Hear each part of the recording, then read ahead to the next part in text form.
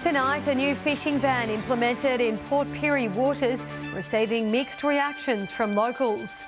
And border restrictions start to ease up as cases continue to trend downwards.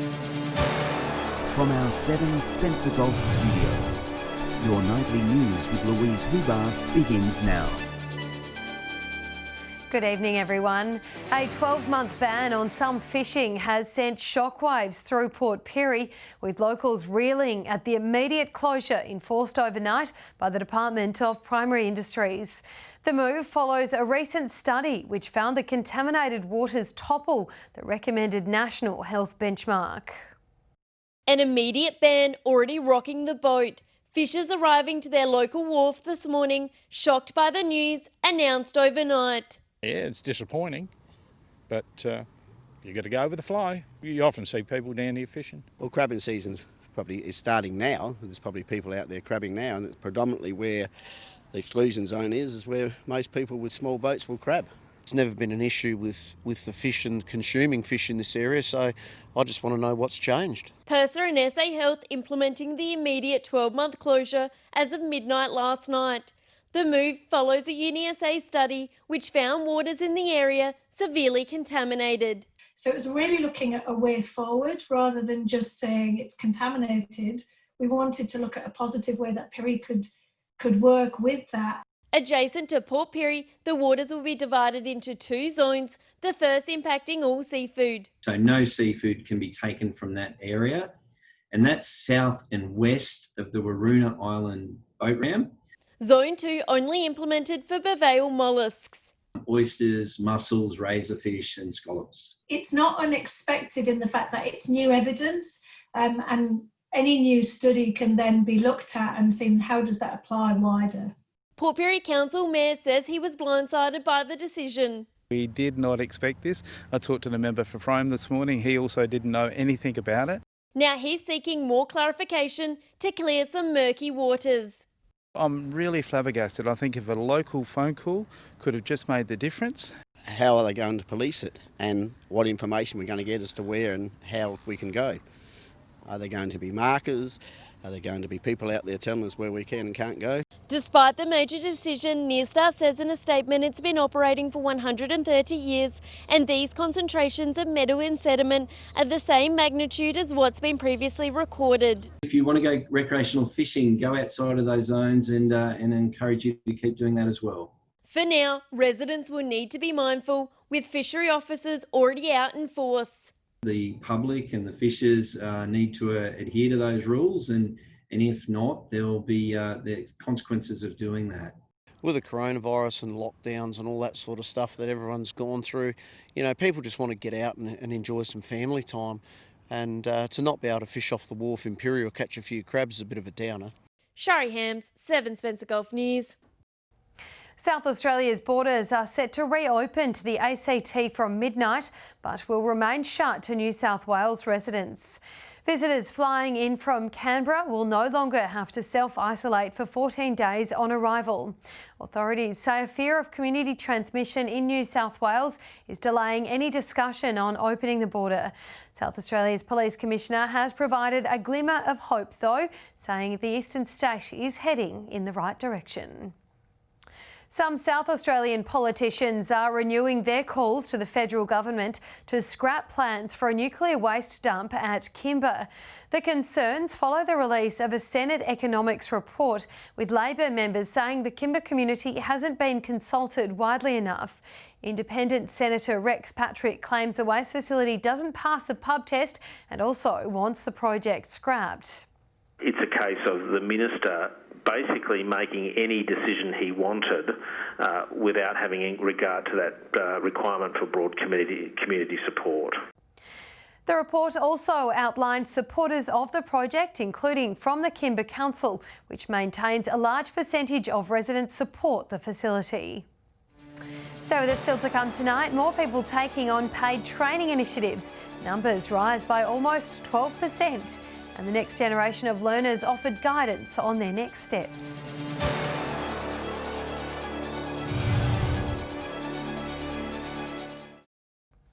Welcome back. South Australia has recorded an almost 12% increase in the number of apprenticeships and traineeships started over the past year. The industry is set to go from strength to strength, with numbers continuing to grow post-COVID-19.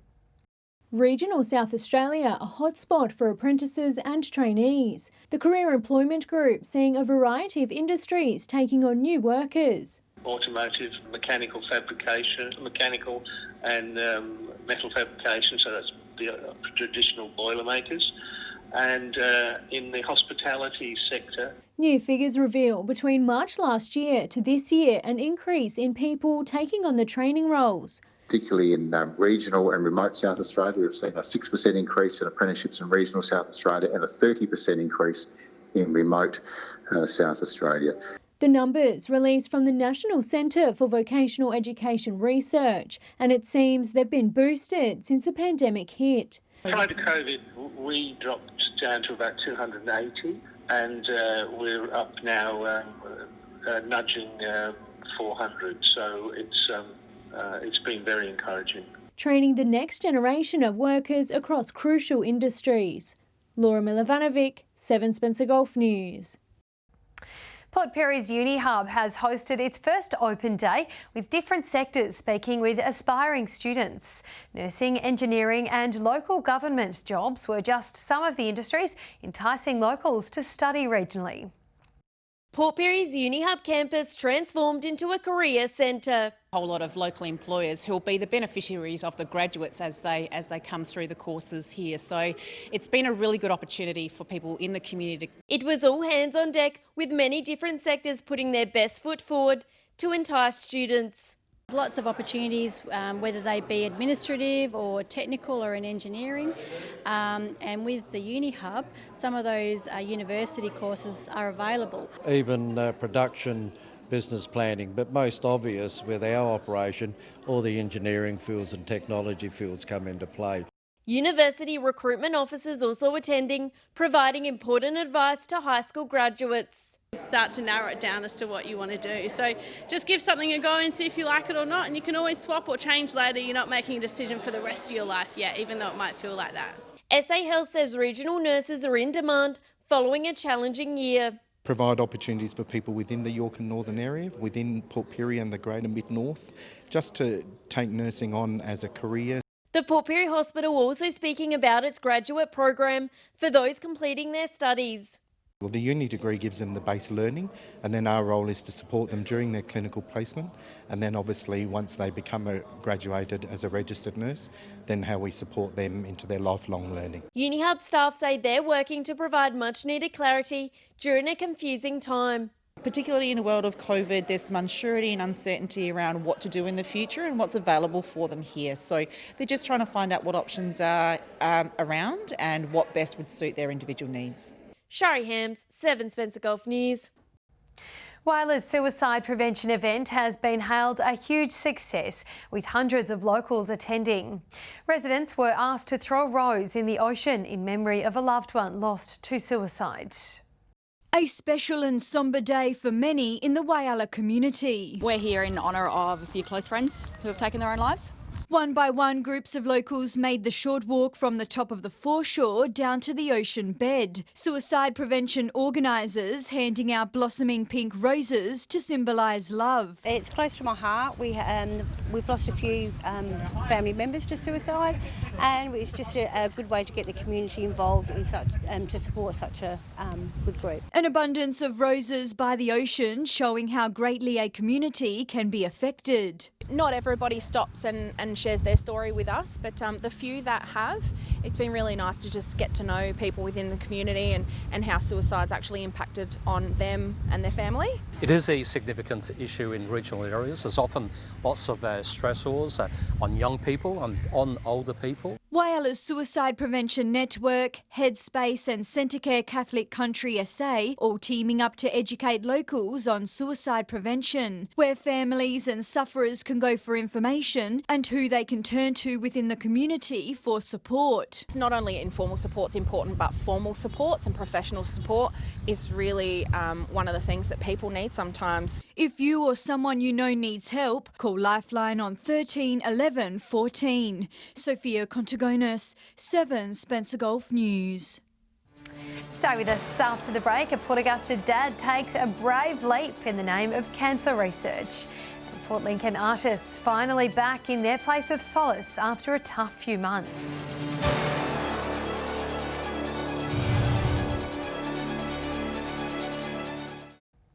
Hello again. 2 Port Augusta locals have completely changed their hairdos, all in the name of cancer research. Erica Owens pledged to shave her head, her dad joining in soon after, taking on a fairly different hair colour to what he's used to. A brave gesture for a cause close to their heart. Overnight, Erica and her dad Simon have reached their goal of $10,000. Everyone's been touched by cancer in such a big way. Her grandfather, her partner Chris's father. There's family members at the moment that are struggling with cancer. Erica's had her vibrant hair for quite a while, but now those luscious locks have turned to yellow. She roped Dad Simon into colouring his hair in honour of her iconic look. She got me in a weak moment, so that was simply that. Dad, can you please do, all right, On Friday, the pair jumped in, Simon going from having grey hair to coloured. I got a lot of second looks every time I was walking around Adelaide, etc. And I'm not saying it won't happen here over the next week or so. He's now becoming accustomed to the stares, saying he's proud of what it represents. The first thing most people said is, did you lose a bet? But when I do explain why, it's funny, people get a lot more relaxed about it.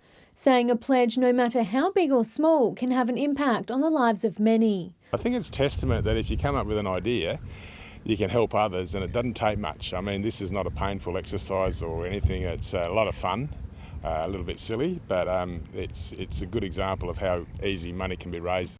Laura Milovanovic, 7 Spencer Gulf News. Port Lincoln's art community is abuzz, preparing for its first exhibition at the city's galleries since the pandemic hit. The ISO art display is part of the group's annual spring showcase, with more than 70 pieces on display. A glimpse into life during lockdown through the eyes of Port Lincoln artists. Probably done a bit of painting outside the box this year and done things that some of us certainly wouldn't have done before. Finally, hanging time, a steady stream of creatives inspect their pieces that line the gallery's walls for this year's art exhibition. More than 76 artworks on display, ranging in size and colour. We have oil painters, acrylic painters. I think we've got some drawings. Some of our members also do pastels, so we've got a very wide range of skills. During isolation, artists had to think outside the canvas and use what they had lying around the house to make a display. Well, I was inspired by painting I saw that Carl James did of teapot, fruit and flowers, so I thought, oh, I think I've got a teapot somewhere. I didn't have any fruit, so I grabbed tomatoes and I found some flowers, and it took me ages, but I did a still life. It was good fun. Eyre Peninsula's picturesque landscapes always a favourite at the exhibition, but this piece is a standout. A blooming ficus pictured on fire-ravaged Kangaroo Island. There were lots of very challenging scenes, things that perhaps I wouldn't paint because they're too heart-wrenching.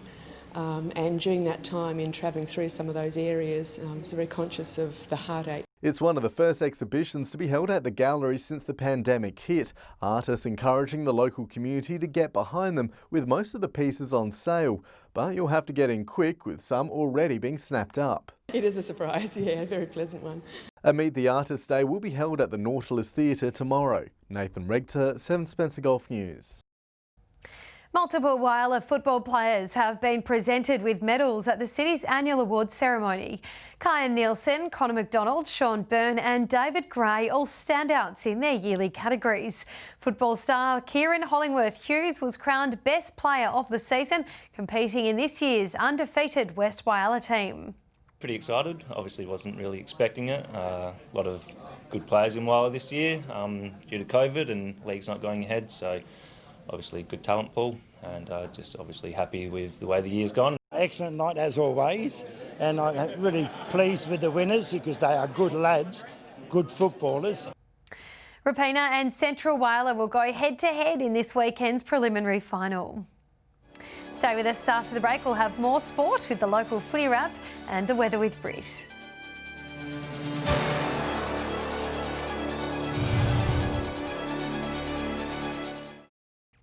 Welcome back. Whyallah's football semi-finals game saw teams battle it out for a position in this year's grand final match to be held in just 2 weeks' time. Sunday's clash between Central and North Whyalla was a high-pressure game with hundreds of locals flocking in to show support. Sophia Contigonis has this week's football wrap.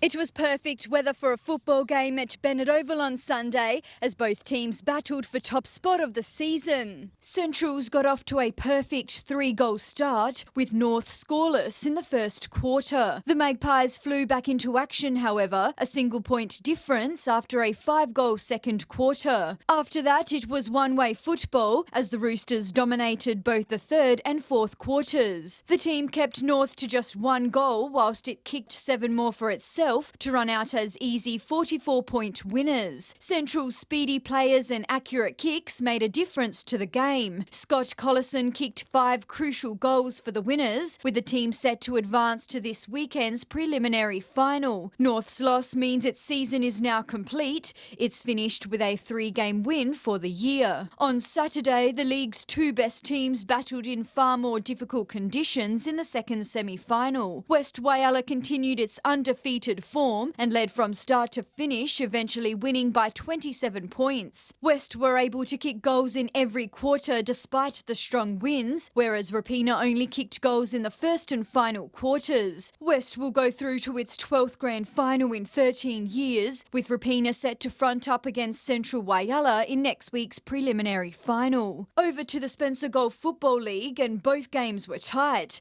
South Augusta took defeat by just 5 points, and the nail-biter game between Port and Central Augusta saw Port take out the win by just 1 point. Moving on to Port Lincoln Football League, the Waybacks defeated Tasman by a healthy 16 points. Man of the match Lewis George kicked 3 goals for the winning team. And finally, over to northern areas, Broughton Mandurah took out the win against Orroroo in the qualifying final, and BMW defeated Crystalbrook by 52 points. With the 2020 football season almost complete, the best teams gear up for the grand finals with a chance to take out the championship title.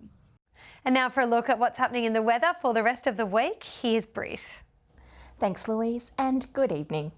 We've had another sunny day with Woodner recording the region's high of 27 degrees. It reached 25 at Port Augusta today and 23 degrees at Port Pirie. Taking a look around the grounds, 22 degrees was the high at Broken Hill. It reached 21 at Whyalla and Coffin Bay today. Kadina, Cleve and Clare all recorded highs of 20 degrees, with a top of 15 reached at Port Lincoln. From the satellite, we can see mostly clear skies over the Spencer Gulf under a ridge of high pressure. But moving towards us from the west, cloud building as a trough moves our way. Which brings us to tomorrow, starting with the Gulf waters now. Winds southeast to northeasterly at 5 to 10 knots with local afternoon sea breezes. Seas below 1 metre with south to southwesterly swells. Late showers expected at Port Lincoln tomorrow, partly cloudy earlier on, looking at a top of 21 degrees. A possible shower at Cleve, otherwise partly cloudy with a top of 28. Woodner, partly cloudy with a possible shower developing, 31 the high there. It's looking to be warm and partly cloudy at Whyalla tomorrow, a top of 30 degrees. Port Augusta, fine and 32. A partly cloudy day for Kadina with a top of 26. Port Pirie, partly cloudy tomorrow with a top of 30 degrees. Clare, fine and 25. And mostly sunny at Broken Hill with a top of 29 degrees tomorrow. Taking a quick look further through the week now, strong winds expected at Broken Hill on Thursday, looking at a top of 31 degrees. With showers and rain about the Spencer Gulf, Port Augusta 29, Whyalla and Port Pirie both 26, Woodner with a top of 22 degrees, Kadina 21 and Port Lincoln with a top of 19. More showers about the Spencer Gulf on Friday, remaining dry at Broken Hill with a top of 29 degrees. Port Pirie also looking to reach 29 degrees, Port Augusta 28, Whyalla and Kadina both with highs of 26 on Friday, Woodna 23 and Port Lincoln with a top of 20. And finally now to Saturday with showers expected across most of the region. Tops of 24 degrees for Port Augusta, Woodna and Kadina, Whyalla and Port Pirie both 23 and Port Lincoln with a top of 21 degrees. And Louise, that brings me to the end of the forecast. Back to you. All right, thank you for that, Britt. And that's your local news for this Tuesday evening. Thank you for joining us. We'll see you tomorrow. Good night.